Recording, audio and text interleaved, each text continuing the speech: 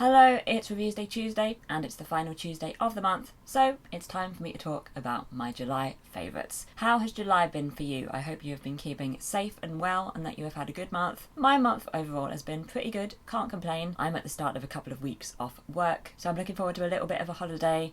I'm not going anywhere, I'm just gonna play video games and rest. But anyway, let's talk about some of my favourite things from this month. I'm going to start by talking about live shows, sort of the kind of live shows that were originally live. I have been continuing to watch the National Theatre at Home series on YouTube every week. I've seen them all this month, and my favourite was A Midsummer Night's Dream. This is the recent Bridge Theatre production starring Gwendolyn Christie, and it was just joyous. It was really imaginative and fun. The audience was right in the middle of the action, which was so interesting. It was just a really exciting show to watch, and I really want to see it again. Also, this month is the month when Hamilton has come to Disney+. The Broadway production of Hamilton was filmed before the original cast left, so now if you have access to Disney+, you can see the original cast of the Broadway production of Hamilton whenever you like. It's really good, it's really well filmed. I feel very lucky to be able to watch it. Secondly, I'm going to talk about a film. My current access to Disney Plus now means that I have finally been able to see Star Wars: The Rise of Skywalker, and I really enjoyed it. I'd still say that The Force Awakens is my favourite of the new trilogy, but there was a lot of good stuff in Rise of Skywalker, and I feel like it was overall a pretty good end to that trilogy. So I would recommend checking it out if you have the opportunity. Now, a web series. Critical Role is back. They are back. They are now socially distanced, so it looks slightly different, but they're back. And I think there have been 3 episodes now, and it's really, really great. Some fantastic story and character things are happening at the moment. Also, I want to mention that Narrative Telephone ended this week, although I believe it will be returning in a few weeks. But this is the show that the cast of Critical Role did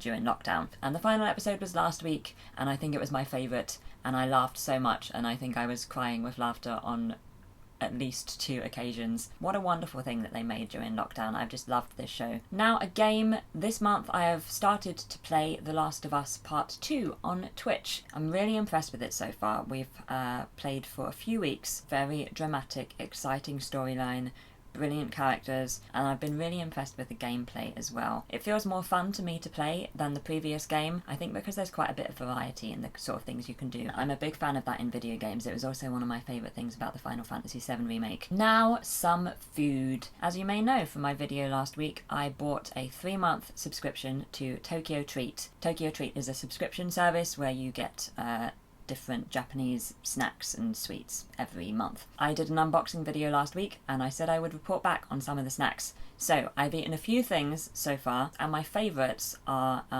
the salt lychee Kit Kats, which I ate accidentally in the video. Also, I liked the orange vanilla Coca-Cola, but my favourite thing so far has been the Puré Pikachu Gummies. You know, they're just little tropical fruit gummies. I'm a bit surprised that they're my favourite, to be honest, because I'm not the biggest fan of gummy sweets, but I really like the texture of these. They're very soft. It's a somewhat different texture to the gummies that I am used to. And the gummies come in 2 shapes. The normal puree gummy shape, apparently, which looks like a little guitar pick. And also there are little Pikachu shaped ones, which are really cute. It says that if you're lucky, there'll be a Pikachu shaped gummy in the bag, but over half of this bag is Pikachu shaped gummies. So either I'm really, really lucky, or they were slightly exaggerating the rarity of the Pikachu gummies. I think the latter is more likely, but still, I'm really happy with how many Pikachu gummies I have. I'm saving them till last. They're going to be the last thing that I finish from this Tokyo Treat box. And finally today, I'm going to talk about a purchase. So,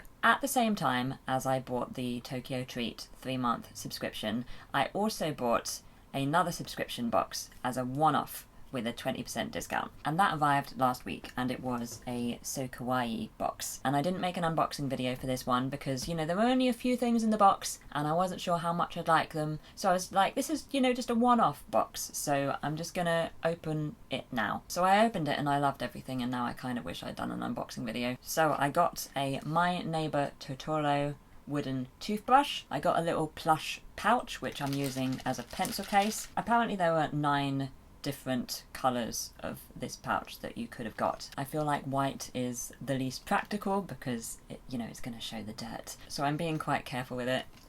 Cut to 2 weeks time when it's just covered in ink somehow. Got a cute little Marimo Fubiyori mug, which I'm using as a pen pot.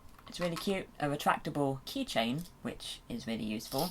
Kirby one. And the final thing, which is my favourite thing in the box, and, you know, possibly just ever, is this Kirby plush. He's so cute. I have never experienced a plushie so soft, and he's bigger than I was expecting. I mean, he's bigger than the box. He came vacuum sealed and folded in half, and then once I released him from his vacuum sealed prison, he sort of gradually expanded over the course of a few hours, and is now this size. So very happy with my life choices. So now I'm seriously considering getting a longer subscription to SoKawaii, because that could not have been more of a success than it was. And if I do, then I should probably do an unboxing video next time. You know, just the amount of joy that this pink cushion has given me in the last few days has been quite something. Anyway, those are some of my favourite things from July. Quite an unusual month, it would seem. I'd really love to know what some of your favourite things are from this month, and also do you have any thoughts on any of the things I've talked about today. That is it for today. Thank you so much for watching, and let's move across to the end screen. If you'd like to see my latest video or some more favourites videos, then you can do so below me here. And if you fancy subscribing to my channel or visiting my website, then you can do so beside me here. Also, if you're interested, there's a link to my Patreon page in the description below. I hope you have a great day, and I will see you soon.